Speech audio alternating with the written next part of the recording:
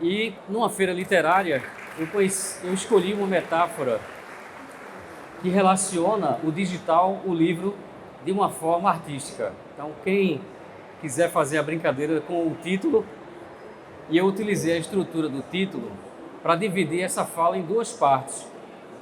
A primeira, dessa busca pelo digital, e no segundo, o livro. Na primeira parte, a gente vai falar do digital, e no segundo, o livro. Então, eu vi o mundo digital. E esse mundo digital, para a sociedade brasileira, para os educadores brasileiros, começa no final dos anos 80, começo dos anos 90, talvez na primeira Bienal, a gente estava aqui reclamando por inclusão digital, acesso à informação, década de 90, a criação do livro verde da Sociedade da Informação, livro branco, as primeiras políticas públicas, e todo mundo queria ter acesso ao computador e à internet. Isso é ontem, né? 30 anos atrás, 40 anos atrás, a gente estava iniciando uma militância para que todo mundo tivesse acesso a esse digital. E rapidamente, quando a gente considera que 30 anos passam relativamente rápido, né? Então a gente tem 90% dos domicílios, 60% das escolas com acesso. A gente tem no Brasil 1,6 celulares para o número de CPFs. Isso, a inclusão digital se resolveu com a privatização do setor de telecom e a gente conseguiu vencer uma lacuna e as pessoas hoje têm acesso. Faz saudade de ver aquele momento onde a chegada de um laboratório de informática era um fato relevante, não é? Não é mais um fato relevante, mas fazia parte das campanhas, né? Até 10, 15 anos atrás, a gente ainda via muito nos discursos políticos essa informatização, e hoje não faz mais sentido pensar nessa entrega como sendo um fato político. Estou apanhando o projetor. Aí, nesse meio tempo, a literatura sobre usar o digital evoluiu muito, amadureceu muito. Há 12 anos atrás, o Escritório do Brasil da Unesco publicou a versão em português de um livro que falava sobre o processo de alfabetização midiática e informacional de professores. Um livro escrito por mais de 30 especialistas do mundo inteiro que, dado a acelerada inclusão digital e penetração digital na sociedade, explicava como os cidadãos deveriam usar, se apropriar, saber consumir e produzir para a mídia digital. Talvez esse capítulo deveria ser melhor lido e revisto. É o que a gente vai ver mais adiante. 30 anos depois da busca por inclusão digital, a gente tem hoje celulares na mão de todas as pessoas, praticamente, com condições diferentes de acesso, mas é uma realidade. E a gente tem o que se sonhava no final dos anos 90, uma plataforma para acesso à informação planetária. A gente conseguiu chegar nesse patamar, talvez não de forma ainda equânime, né? Um relatório recente do Comitê Gestor da Internet do Brasil mostra criar ainda uma desigualdade muito grande. Existe no acesso à informação duas categorias de cidadãos. O cidadão classe A, que tem acesso a todos os conteúdos, e o cidadão classe B, que tem um celular mais simples, uma banda limitada e consegue acessar as redes sociais, não necessariamente podendo usufruir de toda a capacidade que a rede tem de lhe proporcionar aprendizado. Nesse final de 30 anos, a inclusão digital que a gente tanto almejava, sonhava, lutava, começou a mostrar alguns efeitos colaterais, né? Pela primeira vez na história da humanidade, uma geração tem um QI inferior à geração anterior. Então, isso é notícia de uns 5 anos e a gente acumula resultados interessantes. Essa foto, ela pode parecer muito simpática, né? É o tipo de foto que todo mundo curtiria no Reels do Instagram, né? Repartiria. Eu me lembro bem a surpresa, 5 anos atrás, de uma geração de bebês que, quando se deparava com uma revista física, passava a página como se estivesse paginando um celular. Parecia tão simpático, inocente, olha como ele é inteligente, né? Só que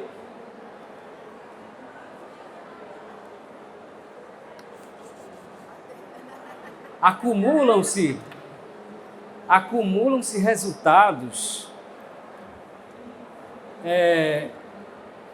mais distópicos do que a gente esperava. O excesso de tela e o acesso à tela na pequena infância altera a estrutura do cérebro e impede que um certo número de conexões que estão relacionadas à motricidade e à oralidade se desenvolvam. Então, mais do que a dificuldade e a diferença social, desigualdade de acesso à informação, o excesso de informação já tem efeitos colaterais que está transformando a estrutura do cérebro das crianças, e os efeitos colaterais são dificuldade de oralidade e dificuldade de socialização. Essa pesquisa aqui tem 120 mil, é da Inglaterra, 120 mil sujeitos vão ser monitorados nos próximos 10 anos e a estrutura material do cérebro, ela está se alterando. Ele está encolhendo, na verdade, né? Você não está... E tem uma razão por isso. Ou seja, nos últimos 30 anos, eu vi o digital e foi muito rápido. Há 30 anos atrás, a gente queria que as pessoas tivessem acesso, todas têm acesso, e aí os efeitos colaterais são enormes. Já existe, inclusive, um subconjunto de estudos relacionados ao efeito do TikTok. Toda vez que quando você começa a usar o algoritmo, ele é programado para detectar os seus padrões de consumo, orientação sexual, preferência de hobby, lazer, e começa a te entregar conteúdo que está relacionado ao que você gosta. Quando você recebe um vídeo novo, solta um pouquinho de endorfina e o efeito no cérebro é muito parecido com o uso de droga. Por isso que é uma patologia, já é um problema de saúde pública em muitos lugares, e a gente foi aumentando a nossa intimidade com o digital, né? Esse digital, que parece ser muito ligado ao aprendizado, não é necessariamente isso que acontece. Nesse experimento, os pesquisadores ligaram um eletrocefalograma numa semana em estudantes universitários. E eles descobriram que o momento onde o cérebro está mais ativo é quando a pessoa está dormindo. Ou seja, você ser exposto à mídia social, à mídia digital, ou mesmo numa situação de sala de aula, laboratório, etc., não é tão bom para o aprendizado quanto uma boa noite de sono. Então, o que o digital oferece, o valor, entre aspas, do que o digital oferece, parece ter um efeito colateral muito maior do que o efeito, as possibilidades que a gente buscava ter isso anteriormente. Consequência disso é que, lamentavelmente, nós somos o país mais ansioso e estressado do planeta. Talvez tenha alguma correlação com a nossa grande afeição ao uso de redes sociais. É um dos fatores, mas a pandemia agravou muito. Um pouco antes da pandemia, a gente já sabia desses resultados e, com certeza, isso tem alguma relação com o uso de celulares. Ou seja, o nosso projeto da sociedade digital dos anos 90, ele se mostra hoje como um resultado distópico. Eu tinha uma utopia 40 anos atrás e eu estou sentado em cima de uma situação muito complexa, inclusive do ponto de vista da educação. A ferramenta que deveria ajudar a educação praticamente vai inviabilizar esse processo. E as consequências são para os jovens, mas são, sobretudo, para a sociedade de uma forma geral. Em fevereiro desse ano, a revista Nature publicou um artigo mostrando que há 60 anos a humanidade vem diminuindo a produção de conhecimento. Em algumas áreas já se fala em estagnação total, como a física. Não se formam mais físicos e a curva é mais ou menos desse formato. Ou seja, a informação está cada vez mais acessível e em lugar de termos pessoas criativas, com autonomia para pensar e criar coisas novas, as pessoas estão perdendo a capacidade de inovar e de criar. Eu conheci o mundo digital, essa é a primeira parte, né? E ele começava no livro.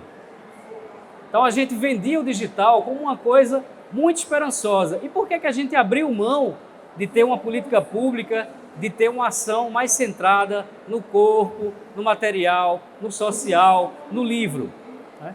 Que é outra dimensão. E aí eu comecei de uma forma mais poética, né? Você fica à vontade para ler essa citação, que ela fala, meu orientador de doutorado tinha uma frase interessante, que a gente se comunica quase que por milagre.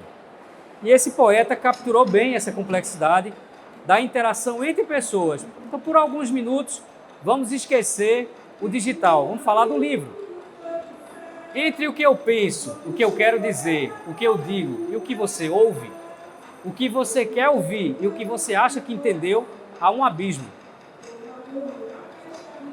Então, aquilo que eu vejo na tela do TikTok não completa esse abismo.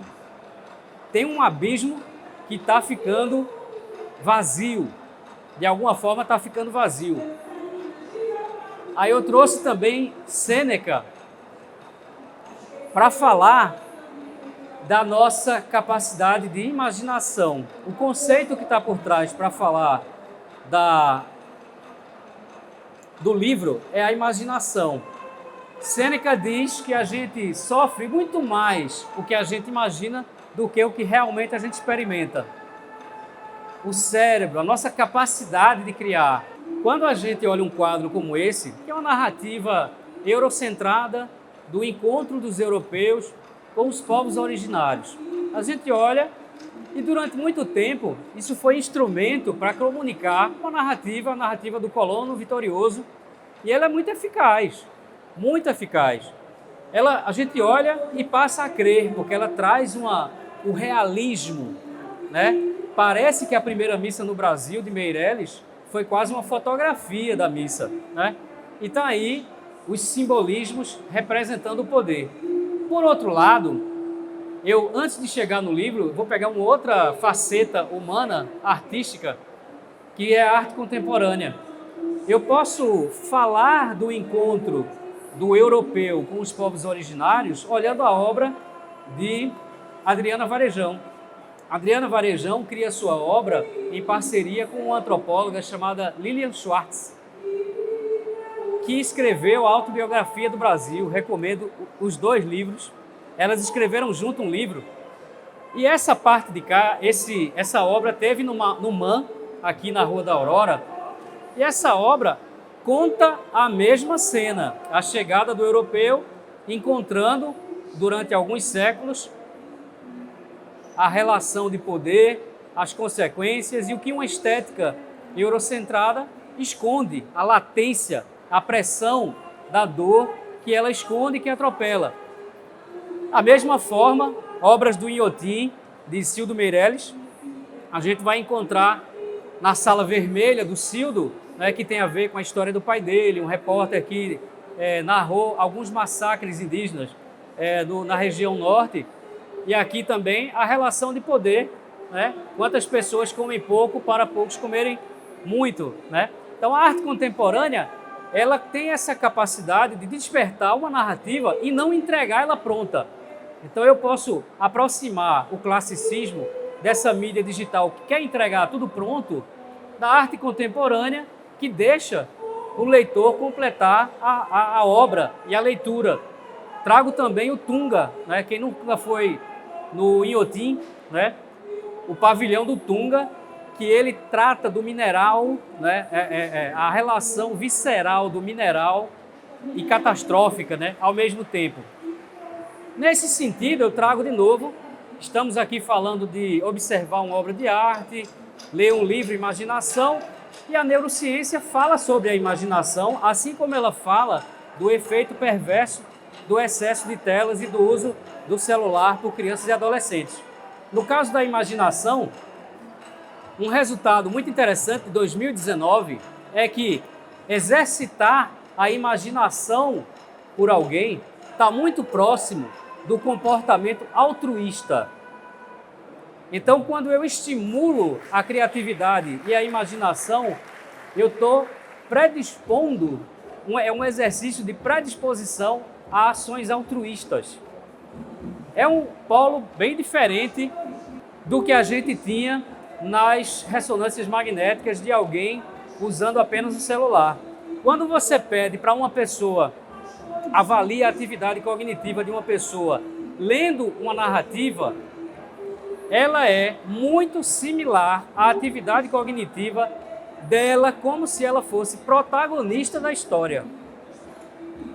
Então a neurociência, graças a Deus, essa evolução tecnológica está jogando luz sobre um discurso de consumo de produtos tecnológicos que tem consequências muito nefastas sobre o desenvolvimento da nossa espécie, numa perspectiva filogenética. De geração para geração, nós estamos evoluindo pelo acesso à informação, e isso aconteceu em apenas 30 anos. Apenas 30 anos. Então, eu vou repetir, o efeito de ler um livro e imaginar as cenas é equivalente no cérebro a você ser protagonista na realidade daquela história. Ou seja, a gente está entre dois dilemas, né? Eu conheci o digital, mas tinha um livro. Eu estou entre uma humanidade cada vez mais manipulada e a necessidade de criar sujeitos autônomos, sujeitos com capacidade de imaginar um futuro, de criar músicas como faz o nosso compositor Victor Luiz, que nos honra com a sua presença. Com a capacidade de se colocar, o livro nos dá a capacidade de entrar e conviver com a casa numa comunidade em São Paulo, casa de Carolina Maria de Jesus, nos dá a capacidade de entrar num quilombo e entender a lógica da espiritualidade e relação com o território de um povo quilombola. Autossustentável, uma narrativa que não necessita de outras coisas além daquela identidade afrodescendente para existir, para ser. É o eletromagnetismo, né, Dino? É o eletromagnetismo aqui, eu tenho que tirar a eletricidade estática. E também eu não poderia deixar de homenagear a pessoa que nos mostra o cotidiano do Vale do Rio Doce, destruído. E por que a morte do Rio Doce é a morte de uma etnia? O nosso recém-eleito acadêmico da Academia Brasileira de Letras, Hamilton Kremack. O livro, por conta dessa capacidade que ele tem de aumentar o intelecto humano, ele assusta muito e já assustou muito em várias eras da humanidade. Aqui a gente tem cenas antes da Segunda Guerra Mundial, quando Hitler queimando livros em praça pública. Nesse livro aqui, o autor, Matthew Friesblood, ele relata, às vezes, onde na história da humanidade, ditadores queimaram livros. Na União Soviética, os autores que a gente teve acesso recentemente, Vygotsky, ele mostra na sua teoria que o aprendizado torna a pessoa mais autônoma. E por conta disso ele foi censurado na União Soviética e a gente veio descobrir ele quase que 90 anos depois da sua morte. Várias cenas subsequentes. E não é diferente no Brasil. No Brasil a gente teve uma política pública que relacionava o desenvolvimento econômico à imaginação. Em 1970, o paraibano Celso Furtado, fundador da Sudene, ele defendia a tese, ele cunhou a expressão "somos um país subdesenvolvido", porque a narrativa do desenvolvimento, criada por Roosevelt no fatídico discurso de 1947, ele se contrapõe, não é? Ele era uma das lideranças econômicas da Copal e ele cria um livro defendendo a seguinte tese: a única forma de nós sairmos do subdesenvolvimento é criar uma população mais criativa, é desenvolver a criatividade do povo. Não demorou muito tempo, ele foi parar no exílio, assim como outras pessoas que defendiam teses parecidas, né? Ou seja, a imaginação ela é assustadora para os poderes hegemônicos. E aí, essa história eu não vou contar aqui, mas convido vocês a conhecerem esse documentário, Longo Amanhecer, e também a homenagem que a UFPB fez ao Celso Furtado, 3 anos atrás, relançando toda a sua obra disponível em 3 volumes pela editora da UFPB. Recomendo, porque assim como a obra de Darcy Ribeiro, a teoria do brasileiro, assim como a obra de Celso Furtado, a gente precisa conhecer as pessoas que deixaram a mensagem de que para que nós possamos transformar o país, precisamos simplesmente fazer com que os cidadãos sejam pessoas mais criativas. É mesmo, é que mesmo. E aí eu trago agora um outro exemplo, agora tentando ligar esses 2 polos, o digital e o livro. Não dá para a gente desligar e parar a tecnologia, né? Então a gente vê as revoltas. Me lembro Thomas Morris, um artesão inglês que fez greve contra a produção de artefatos em massa no final do século XIX. Então ele perdeu, então não adianta, a gente não consegue parar a criação de artefatos. A gente constrói artefatos desde a Grécia Antiga, autômatos, robôs. A gente há 3.000 anos que a gente tenta projetar máquinas que trabalhem para a gente. Como é que a gente consegue recriar essa visão de mundo para que as pessoas sejam mais imaginativas e mais criativas num mundo com tanta oferta de tecnologia? Aí eu trouxe esse quadro, que é uma pintura de Kandinsky, ilustrando uma sinfonia de Stravinsky. Stravinsky foi o cara que Vitor me explicou. Stravinsky, ele foi considerado herege pela Igreja Católica depois que ele fez uma música, Le Sacré du Printemps, porque ele usava uma coisa que era proibida pela Igreja Católica, que era um trítono, que era o Diaboli in Musica. E ele faz isso e impacta toda a produção cultural do século XX. Esse quadro, ele é uma transmídia, é uma representação de uma música sinfônica. Os movimentos da música, no YouTube tem animações desse quadro. Ou seja, as artes, elas conseguem criar objetos que são fusões ou intersecções entre artefatos e linguagens criadas pela humanidade. Trouxe outro exemplo também, mais próximo de nós, música pernambucana. Que bom que você está aqui para ver essa apresentação. Eu recebi essa semana uma visita no Centro de Informática do compositor Armando Lobo. E eu preparei, inclusive, para tocar um pouquinho. Tu consegue, em cima dessa imagem tem isso, coloca mais ou menos no meio. Convido vocês a conhecerem a música do Armando Lobo, porque a linguagem dele, ele faz uma composição de música contemporânea, mas ao mesmo tempo você vê isso numa forma cinematográfica, poderia ser também considerada como teatral, e é filmada com drone, sabe, com um processamento digital de última geração. Então você tem uma mistura de linguagens e traz a arte, assim como nos mostrou que a gente consegue criar uma linguagem potente para a comunicação, a arte contemporânea consegue mostrar que ela não pode atropelar a imaginação. Eu posso ser, enquanto humano, superior a essa tecnologia e continuar me emancipando enquanto espécie, enquanto indivíduo.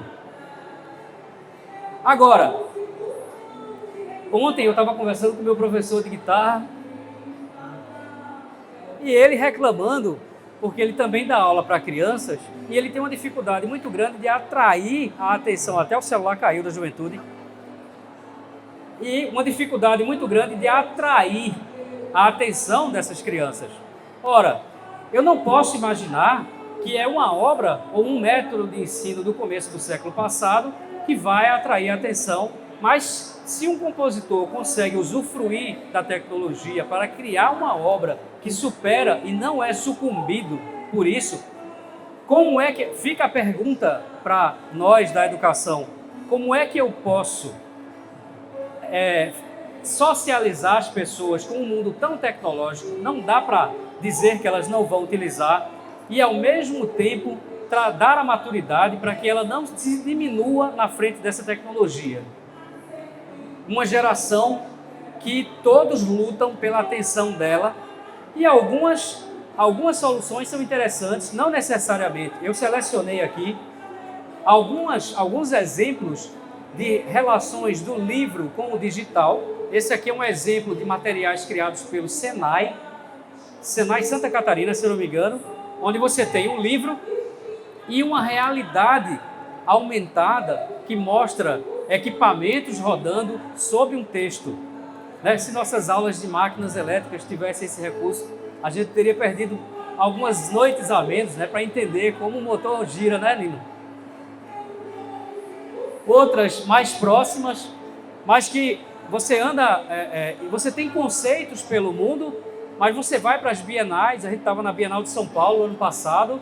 Nessa Bienal você não encontra nas prateleiras, materiais que de certa forma fazem um bom uso do digital, ou seja, não é para usar o celular, mas um celular que complementa o papel de estimular a imaginação que a leitura produz. Ou seja, uma coisa é ler e criar imagem na minha cabeça e me imaginar dentro daquela história. A outra é substituir o livro com um filme, Antigamente era o DVD, Eu fico na frente do DVD assistindo. Como eu posso ir socializando esse estudante? Outros exemplos, que não é uma área recente, no começo dos anos 2000, a gente viu um exemplo muito bacana no cinema, que é a lógica de transmídia. E aqui eu trouxe o The Matrix, Todo mundo viu a trilogia do Matrix, que saía do cinema, entrava num desenho animado, entrava pelo livro, e tinha jogo de tabuleiro, e você só conhecia a história toda se você fizesse isso. Star Wars também tinha essa linguagem. E o desafio hoje, para o autor de livro, é escrever narrativas contadas em várias mídias. Ou seja, assim como o Armando Lobo, ele utiliza essas várias linguagens, será que nós podemos repensar ou estimular que essas mídias não sejam substituto, mas sejam complementos e que elas trabalhem ao serviço do desenvolvimento da nossa imaginação? E essa é uma temática urgente. Recebi um aviso ali e aí a gente terminou. Mas eu ainda tenho um convite a fazer, que essa nossa conversa continua. Vocês colocam uma fichinha e a gente pode continuar conversando nesse QR Code aqui. Valeu, pessoal. Obrigado.